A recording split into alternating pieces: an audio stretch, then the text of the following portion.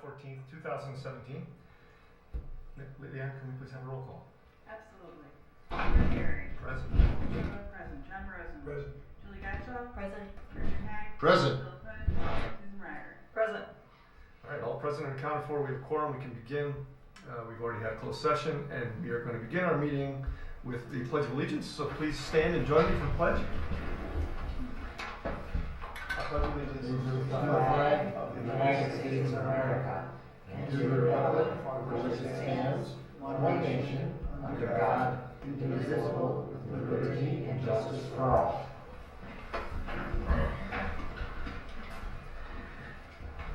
Thank you. Now we offer the opportunity for public comment. If anybody would like to address the board, please do so, and just state your name and address.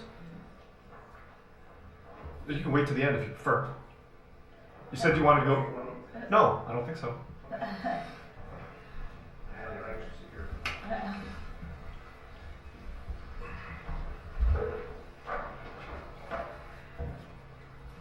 Name, address, social security.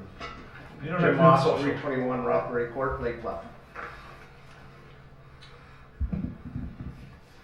My purpose tonight is to address the two primary reasons provided as the basis for you rejecting the petition I put forward to you on February 14th.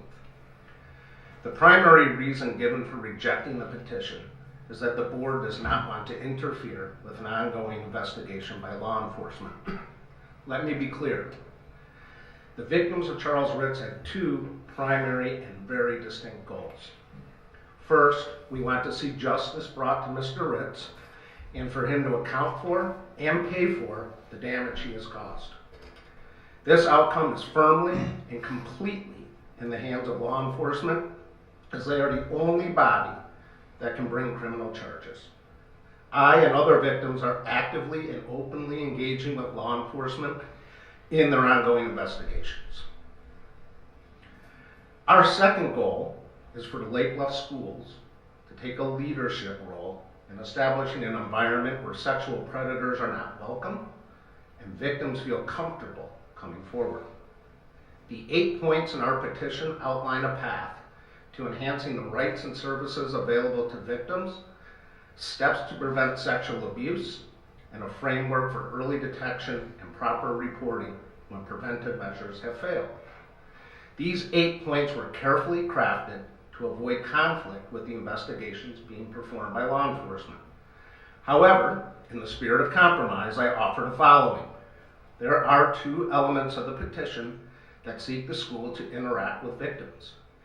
If interacting with victims prior to a charging decision by law enforcement is problematic, I ask the board to consider the petition absent these two elements and delay action on these two items until a charging decision is made.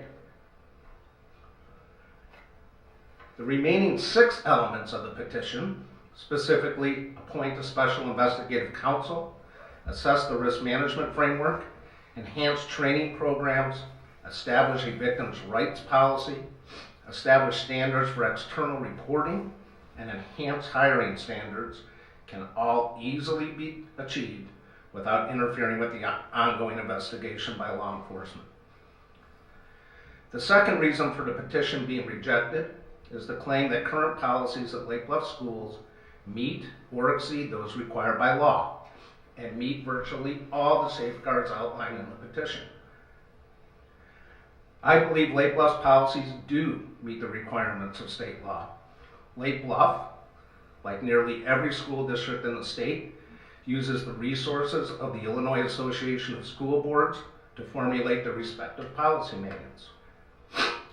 The IASB and its legal team, which includes representation from the law firm used by Lake Bluff schools, is an efficient mechanism to ensure advancement in state laws are reflected in school policies in a timely manner. This results in the various state school districts having identical policies in many areas, including the area of student safety. This is a great starting point. However, when has it ever been the goal of Lake Bluff to be like everyone else?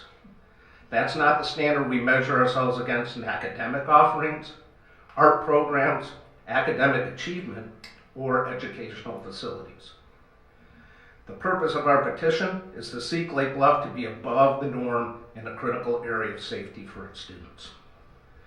Relative to other states, Illinois has historically been a laggard in adopting rigorous standards. Thus, keeping pace with Illinois will not place Lake Bluff at the leading edge of counteracting sexual abuse. A brief review of Lake Bluff's policies led me to offer up the following list of possible areas for enhancement. Search national databases instead of Illinois-only databases of registered sex offenders and violent offenders when screening applicants. Incorporate the active use of national databases such as NASDAQ to capture information regarding reports on applicants that were employed by other school districts. Establish standards to evaluate the track record of reporting by a former employer and adjust your screening as needed. Establish self-attestation and periodic spot checking to evaluate the level of criminal activity among your current employees. Finally, assess your bus routing system, as the current bus stop on the East Terrace is well within 500 feet of the address of a registered sex offender. Adjustments such as these will move Lake Bluff to a leadership position in protecting students. The work to produce such changes can be performed without interfering with the ongoing law enforcement investigation. Thus, I ask you once again, consider putting the petition on the agenda for your next meeting as a discussion item and retaining it on future agendas until a formal response is established. Thank you. Thanks, Jim. Appreciate it. A couple of hard copies. Thank you. Thanks. If you stick around, you'll hear a little bit about some discussion on some future policy work that's being done that is directed and will cover much of what you've said. And I hope it's okay to speak a little bit on behalf of the board that you did refer to the policy manual that we do in its most basic sense do get from the IASB. It's a service called Press that we do subscribe to. But we take great pride in our policy committee going well above and beyond what Press. We just had that conversation literally 10 minutes ago in our part of our closed session about how our policies we start with Press, but we never end with Press. It's not saying they're perfect, but I just want to make clear we don't just go by Press. Our policies are not like everybody else's in the state, and we intend to make them better. And you'll hear a little bit about that during Dr. Sophie's president's report, superintendent report. So thanks. And all your ideas are good. We're taking notes. We'll be looking at them. Anybody else? All right. So we're going to move on to the opportunity for anybody on the board to add an additional discussion item if they would like for future reference, for future agendas. You can do that now, or you can email myself or Dr. Sophie and we can make sure that happens. Oh, I did have something that I wanted to add to an agenda for future discussion, and Jean and I were having a conversation about surveying, and Jean, you'll correct me if I mischaracterize where we left it, but we've talked about sending out some surveys and eliciting input from our families about various school policies and procedures. I know we did a limited one about the musical, but I'd like to talk about broadening that to talk. There's a variety of topics we could inquire about. The school calendar would be one example. The DC trip, certain things that we may want parent feedback as to the level of commitment from the families and things. So I'd like to discuss having some sort of end of year survey. Yeah, I think when we did the musical one, we talked about doing something similar for other fine arts, or Actually, this year will be sports. We're going to do Sports. something every year. That's what I thought. Yeah. But this would be separate. Beyond that, yeah, or in addition to. Okay. So we will bring that back at the April cow. Anybody else? I'd like to look more closely at Jim's statement here, and I'd like to consider further whether there are items here, 6 items to discuss. I know we're going to discuss it in policy, but I'd like to take a close look at this and perhaps put an additional agenda item on.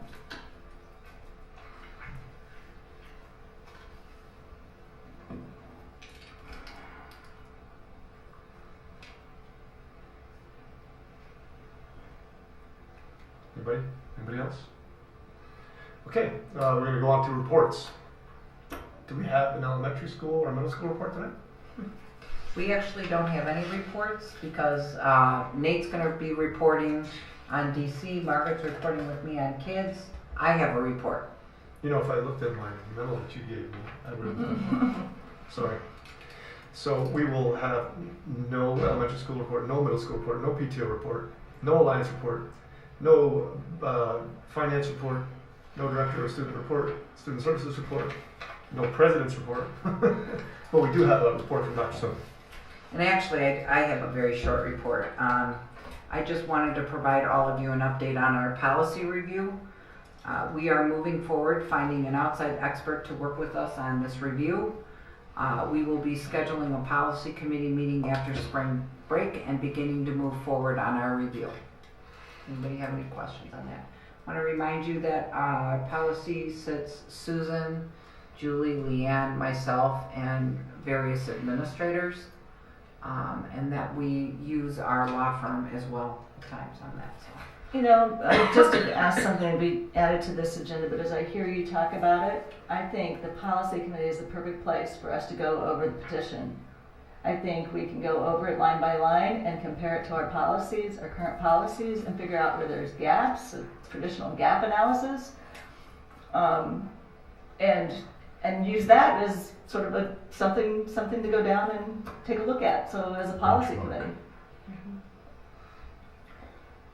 Yeah. So I retract putting it on here until after the policy committee has had a chance to really sort through it. I think that's the appropriate place to really sort through it. Right. To Jim's comment, I see the focus of the policy committee meeting being really the kind of policies that you're talking about and safety of our students, protection of our students. Right. So we will be looking closely at that. Okay. We begin with our discussions and the Washington D.C. field trip. And Mr. Nate Black. Good evening, everyone. So you had asked some questions and asked for some history with the DC trip. So in case you didn't have a chance to take a look at it, in the board packet you should have an Excel sheet that I put together that summarized participation in the Washington DC trip. I went back to my first year as principal. It was a reality check for me to realize that it had been 9 years, so back in 2008, 2009. And you can see that we've broken it down by the number of students that attended, the number of students that stayed in Lake Bluff that year for while other students went to DC. I did a percentage calculation. I also thought it would be interesting to include the dates because we've played around a little bit with the dates of the trip over at least the 9 years that I've been here. You'll see that in 08, 09, that was a fall trip, so we had typically gone at the end of October, beginning of November. The weather was very nice. That was a primary driving force with that date. Now, as we got into the, we shifted to November in 2011, 2012. That 2012-2013 years, the date we had to move to May. That was a result of a hurricane that blew into Washington, D.C. just before we were due to arrive. So that's the only anomaly in terms of the date that we went. I think it also speaks to the lower participation because we were rescheduling that year. The interesting thing to note is that in the last 3 years, we've had a sharp increase in the number of students participating, at least the percentage of students participating. It's hard to pinpoint why that was. I think there's a few different variables there. One thing, we moved the trip to February, so it was later in the year. I think it allowed parents more opportunity to start to think about the Washington, D.C. trip. With that departure date of October and November, it was early in the 8th grade year, and we needed to begin those conversations when students were still in 7th grade. Many parents were not quite ready to start thinking about the DC trip in 7th grade. The other thing that was done was that we've moved that trip in the recent years from being a Thursday, Friday, returning Saturday trip to being a Wednesday, Thursday, returning Friday trip. So many of the conflicts that existed with weekends no longer existed. So as a result, we have a higher rate of participation, and we've also provided more financial assistance. I think there's been more information to parents about financial assistance in the last few years. So those are the percentages and participation rate And I can get to some of the other questions, but are there any questions on my fancy little Excel sheet that I passed along? Have you ever had a sense of the reason behind the non-participants? Is it primarily financial or is it other things? Frequently, it's conflicts in other activities that they're in. Okay, so it could be that there were soccer or other sporting events that the families chose not to, wanted their kids to be able to participate in. It may be financial. I don't necessarily have a sense for how many families are choosing not to go because of financial reasons. Once in a while, there's just discomfort with the idea of kids being away for 3 days and spending 2 nights away from home. I have a question that I think is going to be impossible to answer, but I think it's come up that we need to try to think about it more. Any sense for the number or percentage of families who send their kids on these trips, but it really is not an easy thing to do for them financially? I think there's a lot of those people in this community.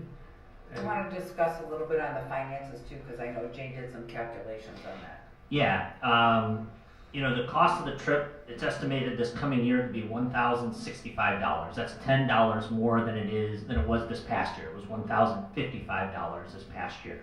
And that's an expensive trip. Obviously, there are families that receive financial assistance. In that case, I can give you some numbers. Last year, there was $9,500 in financial assistance paid out by the district. This year, a total of $11,100 in financial assistance. And that doesn't include the money we get from Alliance or PTO to help with that either, does it? Or do we get money from them? That didn't include that amount, I don't believe. Is that right, Jay? That's the total we paid. We got some back from the Alliance. Must have paid it directly to. Got it. No, they would have paid it. Yeah, okay. So it does not include any money that we would have received back from the Alliance or. Do you have any information on how many payment plans you did? How many payment plans Hemisphere did by any chance? Yeah, and I should clarify, there's a couple of different scenarios that are typically presented to parents. One could be a partial scholarship where it's a 50% scholarship to the trip, and then parents elect to pay the remaining 50%. Sometimes we'll structure that payment plan out over the course of a number of months. It may be a structured payment plan for the whole amount, and kind of anywhere in between. We work closely with the families to try and identify a financial assistance package that works for them and that they're comfortable with, but it does vary family to family depending on what they reach out and how they communicate with us about that. So there'd really be no reason then, no way we could answer Mark's question directly. It's just I can't speak to those families that haven't spoken to me about financial assistance and said we're going to do it, but we're stretching thin to do it. I don't know. What's the criteria for getting financial assistance?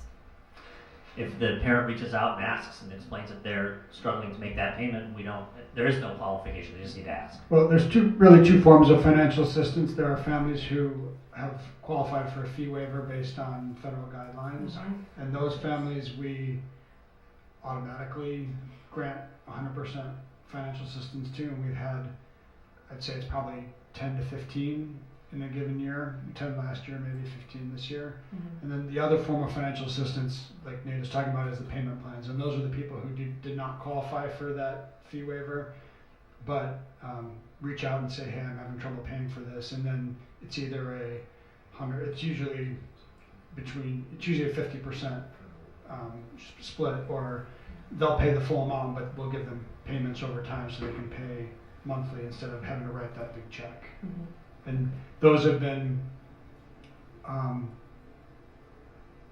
want to say half a dozen, we probably $2,000 to $3,000 worth in combination of full and half amounts for that $1,000 trip. Okay, so if I'm understanding, that's about a dozen, maybe 15 families in total, maybe a little bit more. Out of that total amount. That are getting assistance of some sort. I think the other thing that it's important for you to realize as a board, because it was pretty eye-opening to me, we are one of the we're one of the last districts that still has this as a school-sponsored trip. You want to share that information we gather? Yeah, I've got that right here. So Oak Grove does not do overnight trips. Deer Path Middle School does a DC trip, but is non-school sponsored. The feedback that I got is, while it's non-school sponsored, there is still work that falls to the staff and administration there, so I don't know specifically what that is. Lincolnshire, no school sponsored trip. It's non-school sponsored and it occurs during a long weekend. Bannockburn, not school sponsored and it's run by the PTO. Libertyville, no school overnight trips. North Shore District 112, not school sponsored. Deerfield 109 is school sponsored. That's the one. So there's only two. We're one of two. How much time do we have our staff spending on these? How much of your time goes into this? So we have a teacher coordinator for the trip who, in hours I would imagine, puts in 8 to 10 They get hours. a stipend for that though, for those hours. What's the stipend? So the stipend, so every teacher who goes gets a stipend amount. Now that's a cost, of course, to the district as well. So And total. is that cost in addition to the amount that you gave before? Yeah, it is. Sorry, I was going to go back to that. So the question was, what's the cost of the district? So I've highlighted the last 2 years. This year being more, 11,100. Last year being 9,500. That's just the financial assistance component to families who've inquired about it. The teacher stipend is 3,150. That includes stipends for 7 teachers. I believe the stipend amount for the coordinator is $500. 600. Excuse me, thank you, $600. I'm glad Jay's here. And that includes coordinating the roommate assignments, communicating with families often about just getting signed up for the trip, answering questions about that, working with Hemisphere Travel directly to coordinate the itinerary, make changes from prior year, answer questions about the numbers that are going, get the bus lists to the company so that they can issue airline tickets, coordinate anything with special dietary needs, any special needs on the flights. There's a lot of details that go into it, and of course I'm working closely with the coordinators and really handling all of the communication with parents about financial assistance. So there's a considerable amount of time and effort that goes into it. Are there costs associated with hiring substitute teachers, or assuming if people are gone on a 3-day thing, do they then have time off? So there is, I would say that's pretty minimal because we are primarily taking 8th grade teachers who wouldn't necessarily require substitutes to run their classes because the majority of the kids are with us. Mm-hmm. Those 8th grade teachers that are not going are working with the kids that are staying behind and coordinating their activities. And then it's the fine arts teachers. We have a few generally that would go. I think this year we had 3 subs covering for those 3 days, and they were floating between classes. And we were able to be flexible with their assignment, again, because we have 8th grade classes that are not occurring while we're gone. So yes, there's a cost associated to that, but it's not as though we have 7 subs and we're able to do it with 3. Do you have a sense that these other schools have elected not to participate as a result of liability issues, or are there other matters that are of concern? I actually did a little research after our project when we found this out, and the majority did it for a variety of reasons. They did it for cost to free and reduce as a district expense. They did it for liability issues. They did it because it was taking a lot of time from the school. They did it because some kids weren't going. Margaret was actually part of it in Lincolnshire when they changed it. Do you want to step up? Why did they change it in Lincolnshire? Well, I was a parent at Oak Grove School, and they stopped overnight trips, of course, between my 2 kids. So one got to go with all of them, and the other one didn't. So, and that was basically due to liability and just all the factors that are involved in an overnight trip. When I was principal at Daniel Wright in Lincolnshire, they didn't have a Washington, D.C. trip prior to when they were really the PTO group was interested in having that as an opportunity for students. So we really just initiated as a kind of PTO or non-school sponsored event that had to take place on a long weekend. So they usually go over Casimir Pulaski, so they really didn't miss school for the trip. Some of the staff did volunteer, or did take the opportunity from Hemisphere to be chaperones, but they were paid by Hemisphere, all of those factors. So That's how most honestly, districts when do it. questions came to the school about the trip, our office staff didn't answer any of those questions. We really just directed folks on to either Hemisphere or the staff member who had accepted that role from Hemisphere to kind of be the liaison. So it wasn't a shift from having a B school sponsor to not, but it was initiated as being an interest, and that was how we pursued that. So that started 4 years ago. Thanks. Any other questions for Nate? What's your feeling, Nate, on whether we continue this tradition, this trip, or not? You know, it's of course one of those things that students always look back on fondly and talk about as an experience they remember and loved about middle school. Certainly the things that we see and do in DC are things that can't be duplicated in a classroom.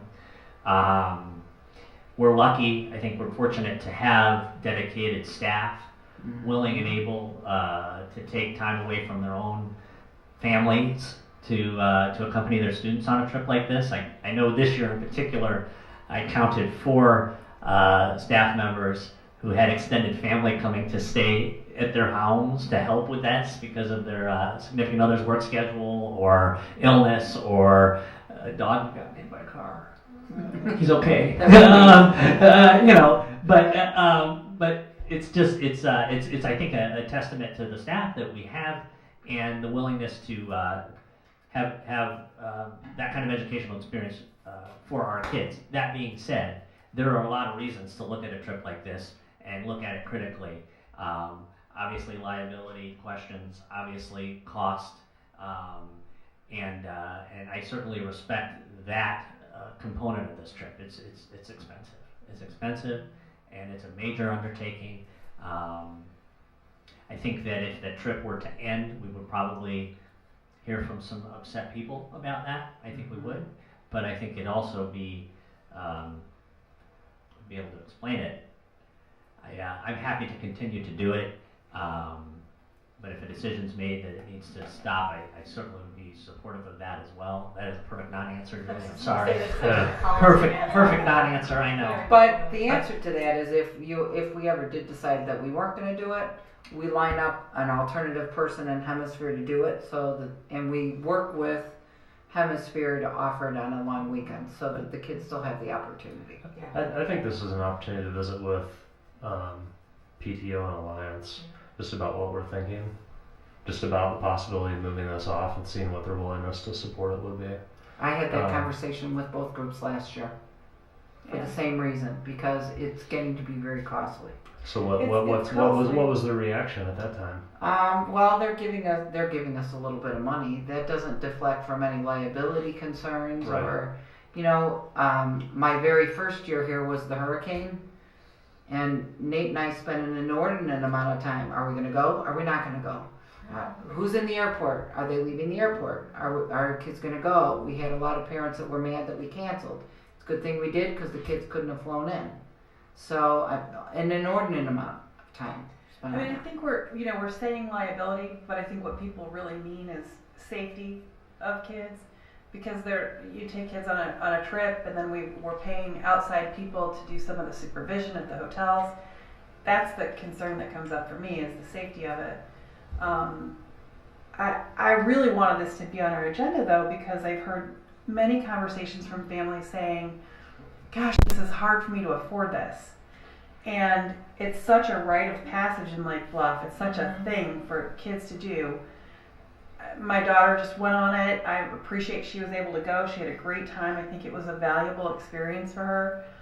But at the same time, I don't know if the school should be providing it, because what it does is it makes it necessary for people to make choices about, I've had a number of families say to me, if I send my child, or if I send my twins, which is even another category of expense, on this trip, then that means our family can't go on a vacation like that, or that changed what our family is going to do. And I am reluctant to think that the school should be offering a trip that then is sort of an imposition on people in that way. So, I don't know how we get to this decision of whether we do it or not, but I think that if we're even going to consider continuing, I would really like us to be asking families what their level of interest is. Instead of just doing it, we Yeah, I maybe think survey that's people what or I- ask We them. could, well, Right. here's Ask what, the 6th and 7th grade parents, like, what percentage of these folks are really interested in paying that fee for their kids to go? let Nate and I will put our heads together and get a very quick survey out on that. When do we usually get approval for that field trip? April or May? April, generally. Don't forget, the board has to approve the field trip because it's out of state. But we also have a later end date of the school year, so That's right, we have extra time this year. we have a little extra. I It's a mean, we good thing. approve it, but we need a good recommendation from the Exactly. administration. And I think what I you're agree. talking about tonight are some pretty valid reasons to consider maybe not. Well, I think the other thing that we would need to look into is talking to Hemisphere about how other school districts have weaned over from the school district to an outside group doing it. Because certainly if we could make that, if we decided not to offer the field trip, we would want to make sure that we work with the group so that the trip was still offered by this outside group and work with our calendar for that. Just keep in mind, when we talk about overnight, we're not just talking about DC. We're talking about other rites of passage too. I can't even say this is the only one out of state because Well, so what if it's out of state? The point is, These it's are- overnight. And all of these overnight trips are really legacies from kind of days gone by. I don't know that it's I know, the future of. I know, but it's just so frustrating. I mean, one of the beautiful things about being in this small town is that we can still have I agree with that. small town traditions. And I know that sounds Pollyanna, but it's probably one of the reasons why we still have this, is we have this unique character in this town. I mean, it's okay with me. I just sent my 8th grader, my I know, right. 5th grader will be Right. delighted if we keep it. I'd like But to I hear- just want to know I want us to at least have the respect for the families where we ask them if this is something that they want. we will get I that agree. together. I completely agree. And I just want to point out that if we moved it for the weekends and we kept it, we moved it to PTO or whatever, then we have an even worse problem with people being able to afford it.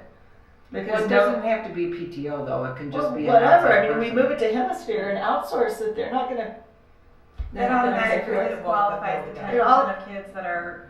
Mhm. That we're now Right. subsidizing Right. with good reason because of the educational value to it. So it's a hard one, but I do think this touches on not just out of state, but in state Mhm. overnight programs, and unfortunately it falls into the policy arena, which we're going to have to Yeah, our talk about policy- in that context too.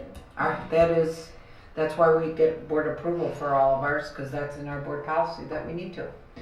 Right, I know. The only other, no more question. All right, so we will Just send wanna the make a survey out. point. There's one more question on my list to answer. Oh, all right, go Let's hear ahead. it. Okay, fundraising was a question that had been asked. So, had we considered fundraising? Yes. That consideration amounted to how much money needs to be raised to take and actually have a significant impact on the cost per family. And it's a whopper of an amount, right? Even if we were to raise $10,000, which would be a lot for a fundraising campaign, that would, effectively reduce the cost $100 per family, maybe getting it under $1,000. So while it's been considered, it's an interesting challenge in terms of how much could actually be raised to offset the cost for families. And then who's gonna oversee that? That's And another component. And this is the conclusion I've come to in kind of informal conversations with folks that are part of Alliance or PTO. Mhm. If you did that kind of fundraising, it would probably pull from other fundraising Yeah. that is done Right. in general Right. for the school or PTO. It conflicts with their. Conflicts, or I mean, it just becomes part of it's part of that whole fundraising thing. And that's the answer I expected, but thank you. Thanks, Nate. So we will do the survey and we will bring that back at the committee of the whole in April. Great. And then next item is the kids assessment. Dr. Sophie's going to be discussing the possibility of district not using this kindergarten assessment.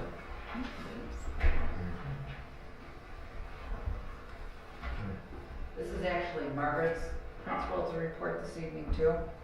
As I shared with all of you last year, I have had very grave concerns about the administration of the kids assessment, which is the new state mandated kindergarten assessment, which is supposed to start in the September or in the 17-18 school year. The last time I updated you on it, I shared that I was assured from the actual kids committee, because I did some work on this myself, that I attended that there would be a consideration of using our existing assessments that are already in place to share with the state in place of the new mandated assessment. While all of our advocacy work ended with the assessment going from literally 48 probes to about 14, so we were successful, it is still a very burdensome assessment in many ways. I also told you that I would come back to you when more time had passed, and so now to serve you the reminder, we're back. We administer part because the grades it's administered in are mandated grades, and the comparison data to our local districts is valuable to us, as well as the information gained from these assessments really helps us in improvement of instruction. So there's a value to PERC. Kids would not really be able to offer us this comparison data with our local districts because we would be comparing simply how kids are coming into kindergarten. So it's before we touch them, how are kids coming in? That's really not a valid comparison. Kids, the actual information that we gather from kids, I've been told, is valuable, but the assessments that we currently use are even more valuable and more timely. I have also been assured that there would be no quote-unquote penalty if we did not administer this assessment because kindergarten is not a mandated grade level by the federal government. I still need to go back and make sure that this is true. If you remember, I sat on a committee with Tony Smith, who was our state superintendent. I asked many people what would happen if we did not administer this. Got absolutely no, I don't know. But in researching it and talking to some different legal counsels, we believe that there would not be any ability to penalize us again because kindergarten is not a mandated grade from the federal government. Our kindergarten teachers, however, were trained this year in the hopes that something would happen. We sent them anyway because we do like to follow rules. We're rule followers. And Margaret and I literally just sat with the team in the past couple of weeks on my listening tour that I've been conducting. And now I even have more concerns about administration of this test in the district. So Margaret's going to share some of the team concerns at this point. Thank you. So in working with the kindergarten team on this topic, again, they did go to training. They are certainly willing to do whatever we ask them to do. Some of their concerns, though, were as follows. One was the timing, being that the timing of the test needs to be given in the first 40 days of school. And in order to administer the test, it requires a one-on-one setting between the teacher and the child. And it takes, we think about 45 minutes per student. So the teachers their utmost concern is that in kindergarten, especially when they come into school, one of the biggest priorities for our teachers and the students is just to learn that school community, to learn routines, to love school, to make those connections with their teachers. And both the timing and the time that it takes to administer are going to impact that community building in the school. Just the subs to cover the classrooms, we would need a consistent sub for every classroom for a couple of weeks, which currently we struggle to get subs for one day, much less a commitment at the beginning of the year with somebody that we would feel comfortable enough taking that role with our new kindergartners. So they wouldn't just be subs that. And you said within the first 40 days it has to be? It has to be done in the first 40 days. Yeah. And how big, our kindergarten classes are typically, how big? 19 each, and we have 4 full and 1 half. So at minimum 19 hours, which it can't be that minimum, but it'd be more than that. Right. So Of the teacher out of the class just to do Correct. that. yeah. Or another way to look at it would be like a long-term sub. If you did them all in a row, Mhm. like 10 weeks at least. Well, that person would have to agree to be trained, and we'd have to have several of them. No, I'm saying To if you were administer? trying to cover all those classrooms, Mm-hmm. there's a dollar cost to hiring a long-term Correct. sub that Yes. can do all this. Yeah. Absolutely. Yeah, we did actually, investigate or talk about the possibility of having subs administer the test. Yeah. But A, they would have to be trained. We'd have to get that commitment from those people now. And B, they don't have a relationship with the students in any form, so that testing would be also awkward for the kids. So the data piece of things is also important. We feel like the current assessments that we use for our kindergarten students are ones that we give several times a year and that we also give consistently year to year. So you can both compare growth of students in 1 year's time, and you can also compare growth of, say, a kindergarten student in the fall of kindergarten to the fall of first grade, etc. So the kids assessment, you might administer it just that for one time in kindergarten, and the first opportunity that you would have to use the data for comparison would be when you got back PARC results from third grade students, when they're in third grade. And we don't get those PARC results back until almost the end of the third grade year. So it wouldn't really help us drive instruction for those students because so much time would have passed.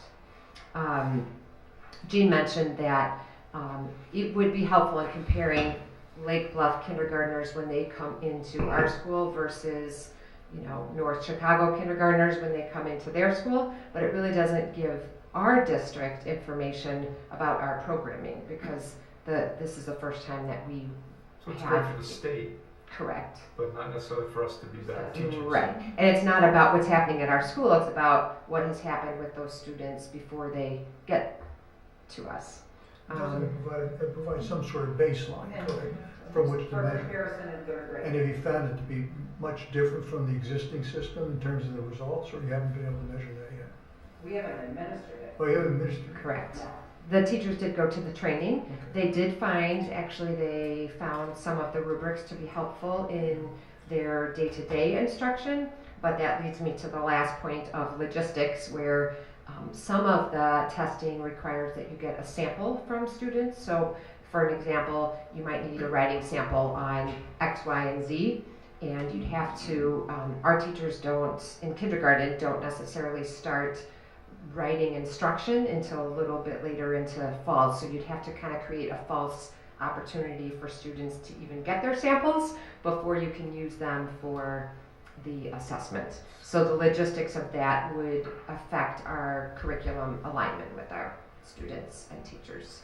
Does the ISBE have a statement that they have prepared, like an argument for this thing? What do they say? I want to remind you, because I actually sat on the committee against all this. They don't have a statement in my highest level meeting where we had the governor's wife sitting right across from me. The advocates for this come from a good place. They want to be able to make sure that all of the children in the state of Illinois are learning from kindergarten through third grade.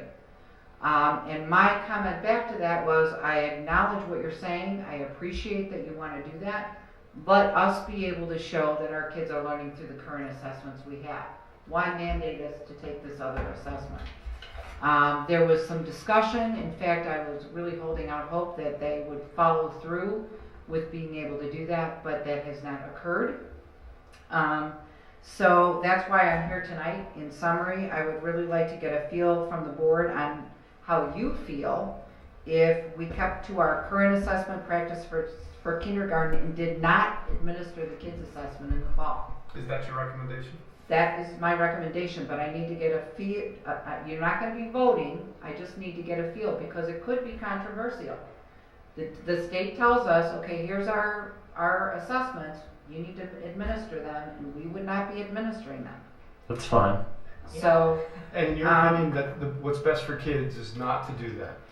and so, let me finish here. I am sure while it's somewhat controversial, I can also tell you that in my feeling, and I think in the feeling of many people that have followed this bill and really worked with this assessment, that there's a need to protect our kindergartners' experience as they start school. There's a need to really make sure that the first couple months are meaningful to our kindergartners.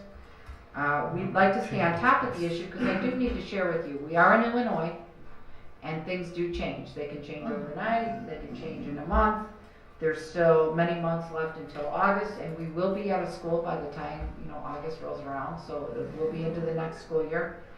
But my recommendation would be that we plan on not administering the assessment, keep following what's going on with it, notify parents in August, and in the meantime, I've already met with both parent groups last year to talk about this. And certainly I would be meeting with them again this year to kind of explain why we're not doing it. If they decided to do any advocacy work themselves, I certainly would help them in their endeavors with that. You want to just take a straw vote of the board now to see? I would just like to know how you feel about it. Yeah, I don't think you should give that test. That sounds terrible. Yeah. And it sounds like the state wants to tell us what to do again without providing any funds. Even if Well, it wasn't a bad experience for the kids, it doesn't.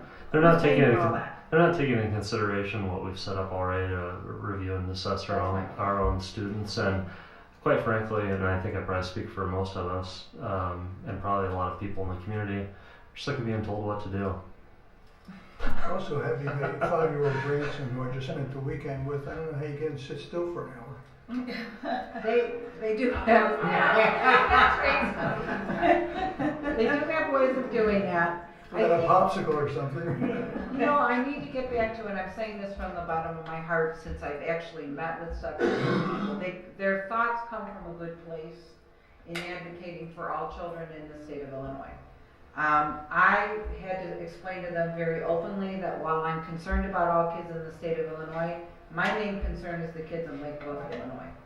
And so our recommendation is going to be that our kids not take the assessment unless there's a penalty. I need to go on record with that. And if there is a penalty, we need to find out what that is. Yeah, like what's the worst possible consequence here? Well, the worst possible consequence, which we could not afford doing, is losing what we call recognition of our school. If you remember in September, that always goes in your board packet, the recognition of our schools. We cannot afford to lose that. I've been told that there's no way they could do that in this scenario. I've also kind of put feelers out. One of my good friends is on the actual kids committee, and I think there will be other districts that follow suit. They're just waiting for Somebody that's other at the lead, school right? districts that are ready to do We that. And already have a several pages long list from the state of miscellaneous stuff they want the schools to do. Without paying. And there's no money that follows it. unfunded mandates. Unfunded mandates, and it gets in the way of other things that we're trying to accomplish in terms of actually giving the education. So I think that needs to be highlighted as one of our reasons for not. I would be happy to do that when we do a press release on it in August. I just need to get a general feel to make sure I wasn't off base with that. And then Margaret will share that with our kindergarten teachers. Maybe we can tie it to state funding. Is Gee, it- that would be Have they interesting. sent us the money yet this year? Yeah. So let's not do anything until they send us the money. And we get no money specifically for administering this.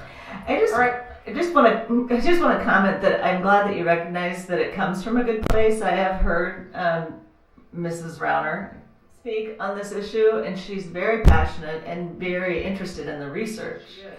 And the research shows that the development of the child's brain is just rapid and just incredible for those first 2 years. And even by the time kindergarten happens, there's lots that it's very hard to undo at that point. So the earlier you can get to these kids, the better to help. And I just don't think this is the way to do it, unfortunately. But I do think they want to help kids. They really do. And we do have an avenue with our pre-K program to address the students, some students that we feel like we could really give that boost to in those earlier years. Thanks. Okay, thank you. All right, thanks. Okay, so we're going to move on to item 8, which is action items with discussion. And we are going to start with our intergovernmental agreement. That's me. That's Jean with Hold the on. police department. I have something else to read. I know. And we're getting there, so I can. You want to read that preamble there? Actually, I have another one. So hold on just a sec. So on our January 24th regular meeting, we discussed this intergovernmental agreement a little bit, and there was an issue with some language in it, and it had to be reviewed, and I believe Jean and Terry and some of our board members were involved in that conversation. If you guys want to go in on.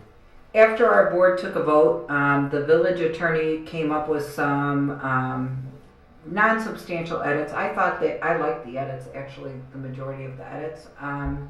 You can see those in red line strikeout. While you approve the agreement pending attorney review, I felt it important to bring it back to you to see the changes, and then specifically our attorney wanted to know how our board felt about this indemnification clause.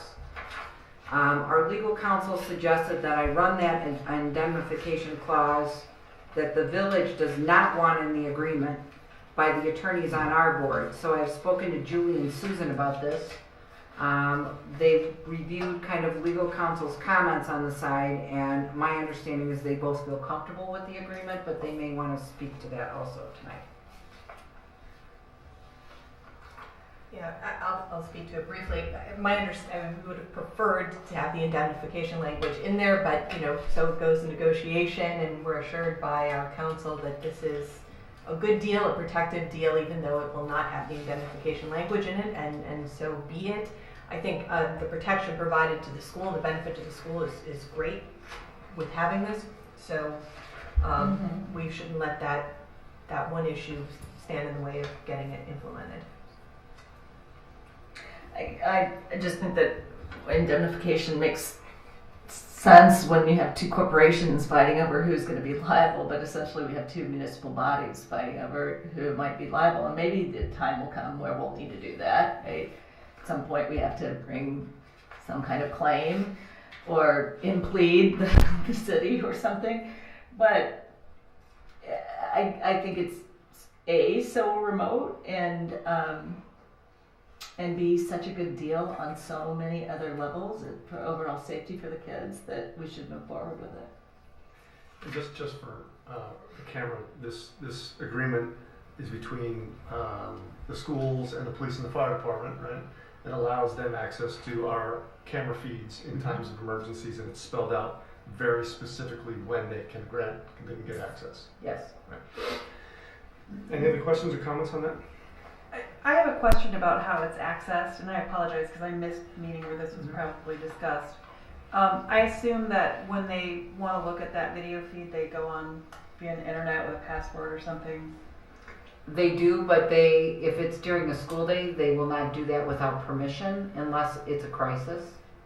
At night, there's a little bit looser rules, only for the fact that students are not in the building at night. So, for instance, if the burglar alarm went off, they would be able to get in the video and see what's going on in the building, which would have avoided the 55 computers that we had stolen 2 years ago. It's important that you know, and I think I shared this with all of you, our legal counsel came out and met with our administrative team as well as Chief Belmonte and worked through many scenarios, and based on those scenarios we put together the contract. So I really felt like there was a lot of due diligence done to make sure that our interests were protected as far as when the police would be accessing this and what they could use it for. My only concern reading it was, I understand what the rules are about when they can use it, but it didn't look to me like there was anything that would actually prevent someone who had access to it from looking at it whenever they want. Just raised Like an audit or privacy. some kind of, can we see when people clicked in and I think we we're can see taking a when look people at that? click Is in, there can't we, some Jay, or no? login? There isn't. Yeah. Huh. I think there just has to be that level of trust because it's the police. Well, under the right to access clause, it specifies what the requirements are. Right. So what Leanne's saying is there's no way to assure that. So you could have someone not doing what they're supposed to do, or do, Isn't there a law? I'll just make up an example. Something happens in town and they want to lift some images of students to show to somebody to see if maybe one of our kids did some graffiti.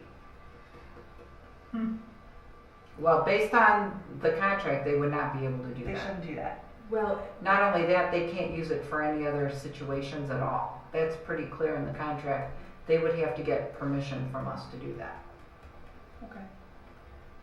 I think that's the clear implication of the contract. Although now that you make me look at it, I'm not sure it explicitly says that quite as crisply as, you know, we all might like. But I certainly think that's the implication, and we would be put on notice if there was Right. improper access, so.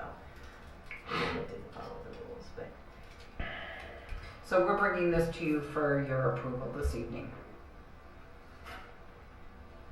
Anybody else have any questions or comments or concerns? I'm gonna bring a motion. You guys ready? I'm not sensing that everybody's ready for a motion. We're ready. What it says is they're permitted to access the video if these conditions are met, but it doesn't say they are only permitted to do it under these specific conditions. Now that, again, that's implied, but it's not explicit. There's some Latin term for what that, the implication for not having something in, but something else is in. Long ago, forgotten what it is. I mean, at this point, Sounds okay? it does sound okay. I think it's a practical matter. As I said, the implication is clear that they can only do this under particular circumstances. Also, this is just the live feed. They can't search the recordings, so we back up however many hours of footage, and if they needed recorded tape, they'd have to ask us for it, and we would provide it. We'd go back and pull it and send it to them. And what do we intend to do in terms of communication on this with the community? We don't have any intentions of doing that because we have signs all over the building that says there's video surveillance in there. Fair enough. It also says feed when students are not present. So in the example that you raised, the kids wouldn't be there. So they couldn't No, do it says that they can look at the feed during the day. when students are not present. No, they can look at it when students are present if there's If there's a crisis. If there's a reason to do so.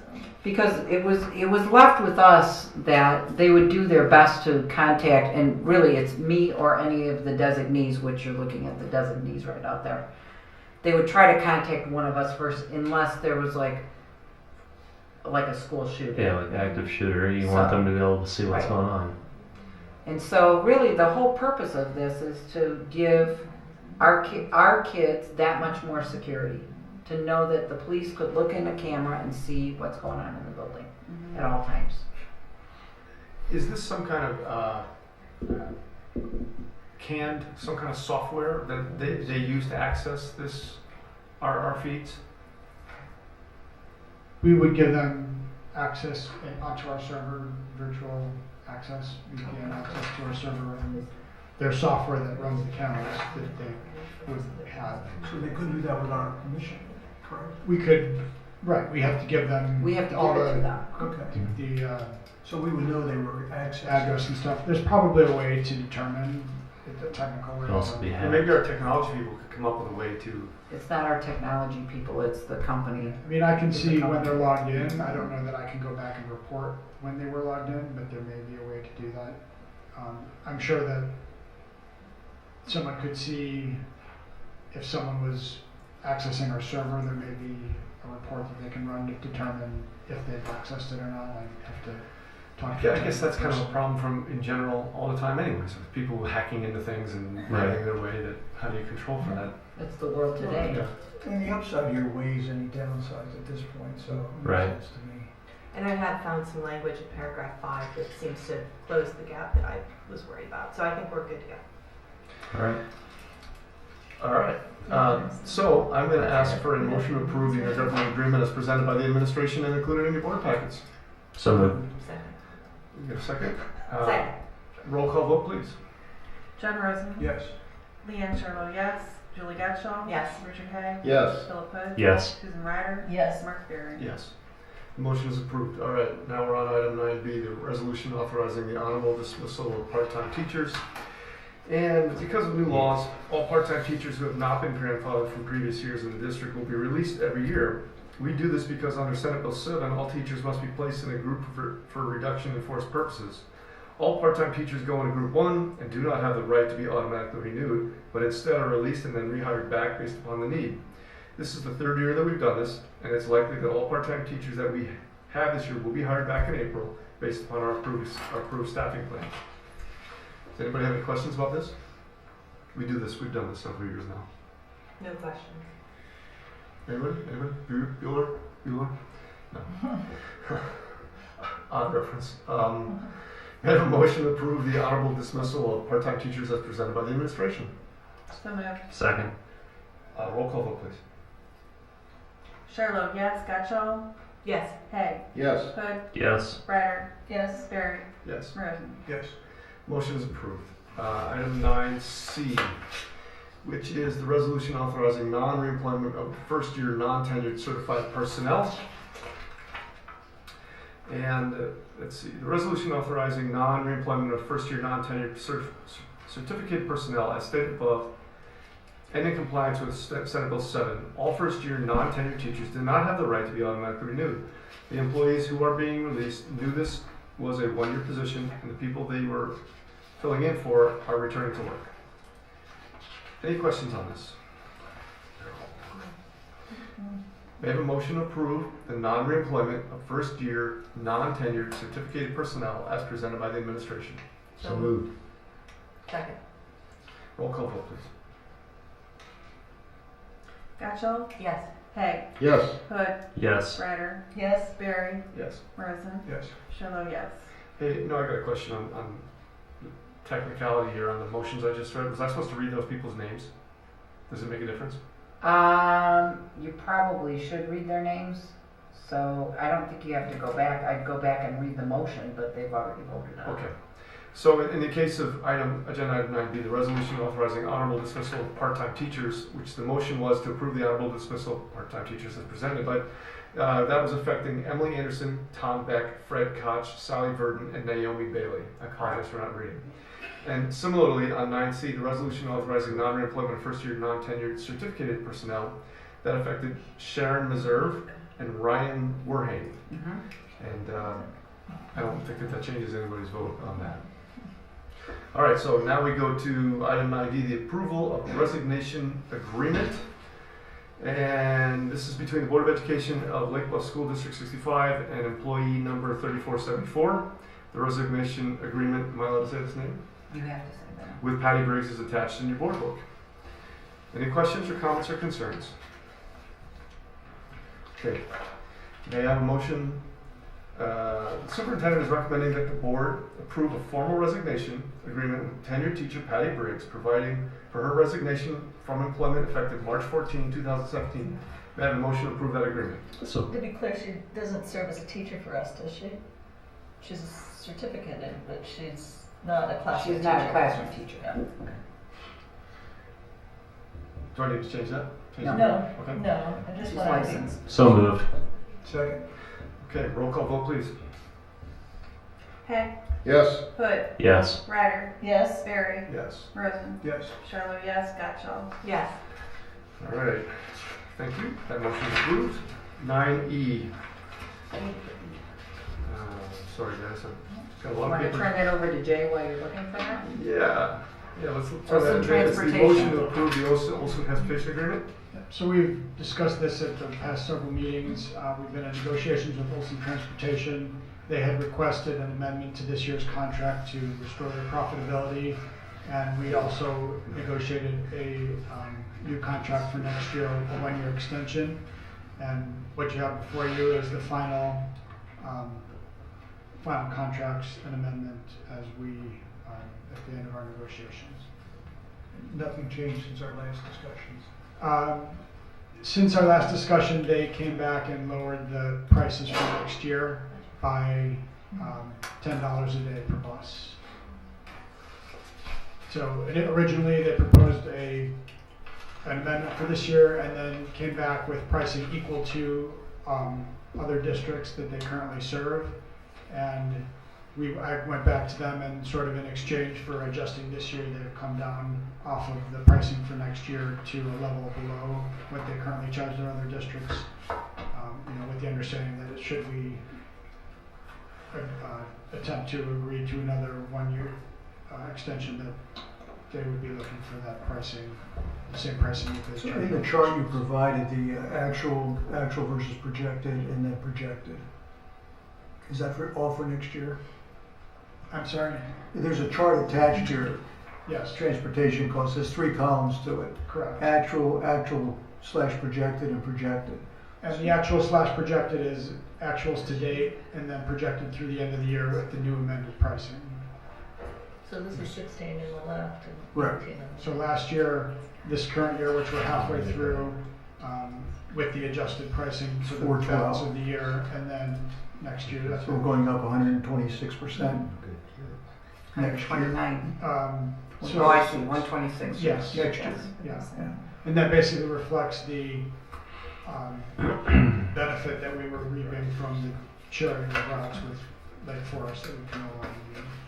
So we were paying much below market rates as a result. And Transportation fund this year is what in total? the total spend, The total budgeted? 500,000. How much we have in now? No, budgeted. Yeah. 500,000. Okay. Oh, I see. Maybe 550 with special ed transportation and some of the other activity routes, sports. Okay. And it's been made clear to us that it's to our advantage to negotiate with Olson here as opposed to go out to bid on our own, right? Yes, especially at this late date.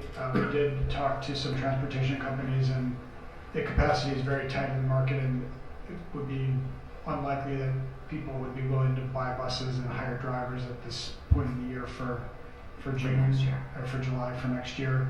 There would be an opportunity for next year to go out for bid for the following year. But again, the bid results we've been seeing tend to be above the pricing that we were offered. So, on the whole, the risk of getting a new company or being stuck with the incumbent company at a higher rate, I think, outweighs the benefit of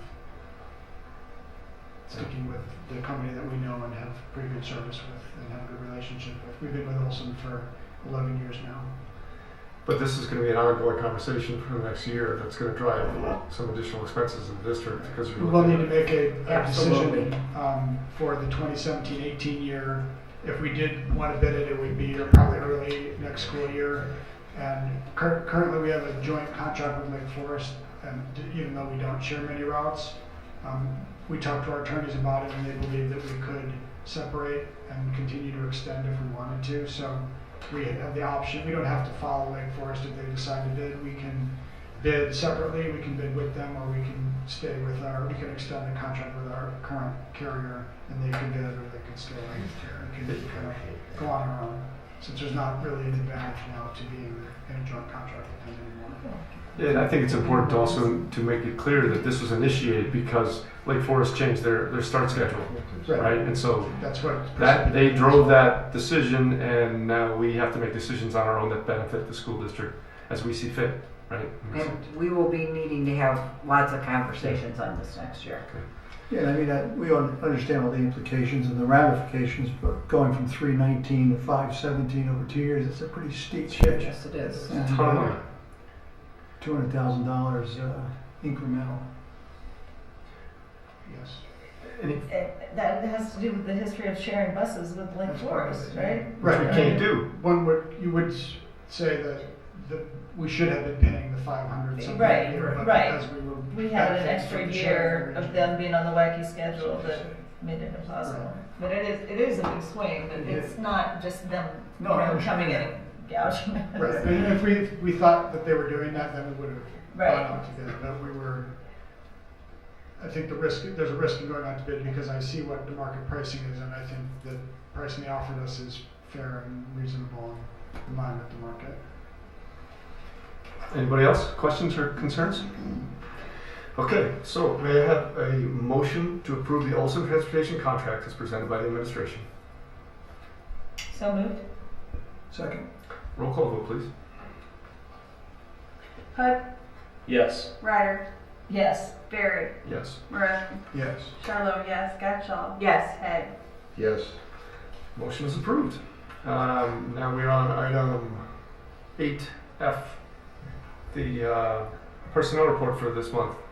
In this case, we have three people on the report. The resignation of a Kate Kell, a special needs aide from Lake Bluff Middle School, effective 3/14/17.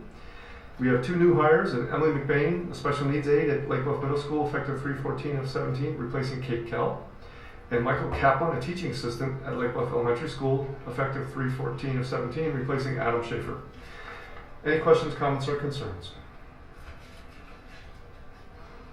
I have a roll call vote. So may I have a motion to approve the March 14th personnel report as presented? So moved. Second. Roll call vote, please. Ryder, Yes. Barry, Yes. Morrison, Yes. Charlo, yes. Gotchall, Yes. Haig, Yes. Hood. Yes. Motion is approved. Consent agenda. This month, our consent agenda includes our treasurer's report, our in-press report, and bills report, our P-card report, open session minutes from February 28th, 2017 regular Board of Education meeting, and our closed session meeting minutes from the February 28th, 2017 regular Board of Education meeting. Would anybody like any of that pulled for further discussion? Yeah. I don't know about pulled from this. I do have a question. Does that mean we have to pull it? I hope not. It's a simple question, I think. But on the credit card transaction report, and I'm not sure which one of these I'm looking at, what the Donatis?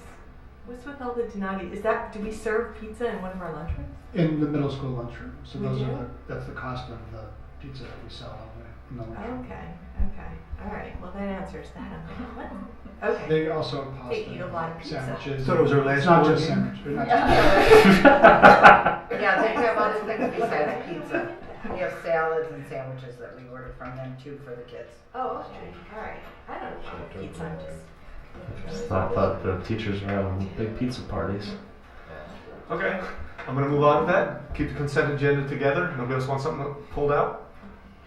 All right, so may I have a motion to approve the consent agenda for March 14th, 2017 as presented? So moved. Second. Roll call vote, please. Barry, Yes. Morrison, Yes. Charlo, yes. Gotchall, Yes. Haig, Yes. Hood, Yes. Ryder. Yes. Motion is approved. That's our discussion and action for the evening. So now we move on to item 9, which is our FOIA log. And this, since our last board meeting, we have 1, 2, 3, 4, 5, 6, 7, 8, 9, 10 new FOIAs that are all detailed in a log. That is included in the board packet for public review. So now we have the opportunity at the end of our evening for further public comment from anybody in the audience or anybody on the board or the administration. Not hearing anything. I'm going to ask for an adjournment at 8:19 p.m. So moved. Second. All in favor? Aye. All opposed? We are adjourned. Thank you very much. You want to